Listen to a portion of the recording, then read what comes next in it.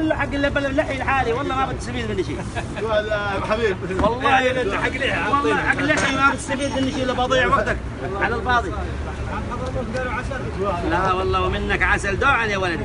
الليمون يا شباب، الليمون يماني والخلاط ياباني والسكر سوداني والمعلم يماني والجالون ب10 يا ولدي، وخذ لك جالون من بوفيه المكلا، وكل ما في الامر يهون يا مكلا.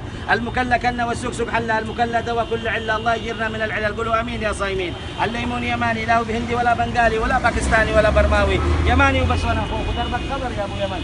اما الثريب العدني ال يافع قالوا ثريب، واهل الضالع قالوا ثريب، واصحاب عدن قالوا ثريب، واصحاب تعز قالوا حقيق، واصحاب البيضاء قالوا صعد. اما اصحاب حضرموت قالوا الريب، الصومال قالوا عن قرور، والسواحليين قالوا مرتشندي، واصحاب دار السلام قالوا مزي ولا لا. اما الايطالي كنك يا ولد. اما اصحاب حضرموت قالوا الريب، والصومال قالوا عن قرور، والسواحليين قالوا مرتشندي، واصحاب دار السلام قالوا مزي ولا لا. اما الايطالي جماعه ديل بيرو ريكوستا شيريا كاباريني التوبيلي بولاتيلي قالوا اتاسيوني كوستا تي باتاليانو 5532. هلا حبيبي، إذا فاتك الفوت لا يفوتك الزين، الزين عند المكلا وبعد المكلا شاق يا ولد، ويا بخت من نفع واستنفع وخدم المواطن والمقيم والزائر بعد، الزائر معانا شوف السنة هذه ب10 ريال. الليمون يا شباب فرنسي ايطالي والطليان جماعة البيرو.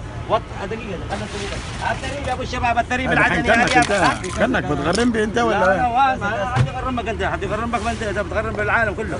الليمون يا شباب، الليمون يماني والخلاط ياباني والسكر سوداني والمعلم يماني والجالون ب10 يا ولدي، وخذ الجالون وكل ما في الامر يهون يا مكلا. المكلا كنا والسكر حنا المكلا وكل عنا الله يجرنا من العلل. قولوا امين يا صاحبي. الليمون يماني لا هندي ولا بنغالي ولا باكستاني ولا برماوي، يماني وبس ولا خبز ودربك خبر يا ابو يمن. اما الثريب العدني هلا حبيبي، الثريب العدني ال يافع قالوا ثريب، اهل الضالع قالوا ثريب، اصحاب عدن قالوا ثريب، واصحاب تعز قالوا عقيل، واصحاب البيضاء قالوا صعد. اما اصحاب حضرموت قالوا الريب، والصومال قالوا عن قرور، والسواحليين قالوا ماتشيندي، واصحاب دار السلام قالوا مزي ولا لا. اما الايطالي جماعه ديل بيرو ريكوستا شيريا كاباريني التوبيلي بولاتيلي قالوا اتاسيوني كوستا تي باتاليانو 5532. questo bambino caro mio come stai bene benissimo. حياك يا ابو الشباب. اذا فاتك الفوت لا يفوتك الزين، الزين عند المكلا وبعد المكلا شاق يا ولدي. امي مريم